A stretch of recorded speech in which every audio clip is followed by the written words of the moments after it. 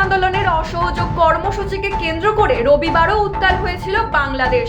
এই আন্দোলনের জেরে ফের মৃতের সংখ্যা শতাধিক। সেই পরিস্থিতি সামাল দিতে বাংলাদেশের সদ্য প্রাক্তন প্রধানমন্ত্রী কার্ফু নিয়ে আরো কড়াকড়ি ব্যবস্থা নিতে চেয়েছিলেন, কিন্তু সোমবার বেলা 10:30 নাগাদ পুলিশের আইজিপি ও 3 বাহিনীর প্রধানকে ডাকা হয়েছিল গণভবনে।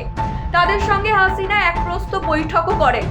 সেনাবাহিনী কেন পরিস্থিতি সামাল দিতে পারছে না তা নিয়েই। বৈঠক সূত্রে খবর, পুলিশের ভূমিকা নিয়ে কিছুটা সন্তুষ্ট ছিলেন তিনি। তবে পুলিশের আইজিপি হাসিনাকে জানিয়েছিলেন, এই কঠোর পথে আর বেশিক্ষণ আটকে রাখা সম্ভব নয়। কঠোর উপায়ে বল প্রয়োগ করে যে আন্দোলন ঠেকানো যাবে না সে কথা বৈঠকে বারবার হাসিনাকে বোঝানোর চেষ্টা করেন বাহিনীর শীর্ষ কর্তারা, কিন্তু হাসিনা তা মানতে রাজি ছিলেন না। হাসিনা রাজি না থাকায় শেখ রেহানার সঙ্গেও পৃথকভাবে আলোচনা করেন বাহিনীর কর্তারা। রেহানাও তাকে বোঝাতে ব্যর্থ হন। এরপর লন্ডন নিবাসী হাসিনা পুত্র জয়ের সঙ্গেও কথা বলেন তারা। শেষে জয়ের সঙ্গে কথা বলার পরই হাসিনা ক্ষমতা ছাড়তে রাজি হন। এরপরই প্রধানমন্ত্রী পদ থেকে ইস্তফা দেন তিনি। তারপর তড়িঘড়ি বিমানবন্দরে একটি হেলিকপ্টারে করে বোন শেখ রেহানাকে সঙ্গে নিয়ে দেশ ছাড়েন হাসিনা।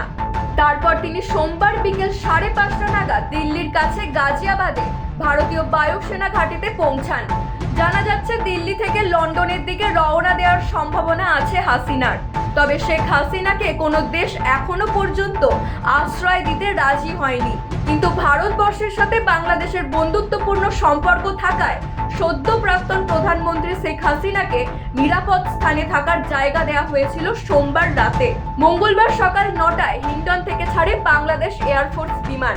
তাই এখন প্রশ্ন উঠছে, সোমবার হাসিনাকে ভারতে যে নিরাপদ জায়গায় সরিয়ে নিয়ে যাওয়া হয়েছিল তিনি কি এখনো সেই নিরাপদ জায়গাতেই আছেন, না মঙ্গলবার সকালে হিন্ডন থেকে ছাড়া বাংলাদেশ এয়ারফোর্স বিমানে তিনি পাড়ি দিয়েছেন তা এখনো পর্যন্ত স্পষ্ট না।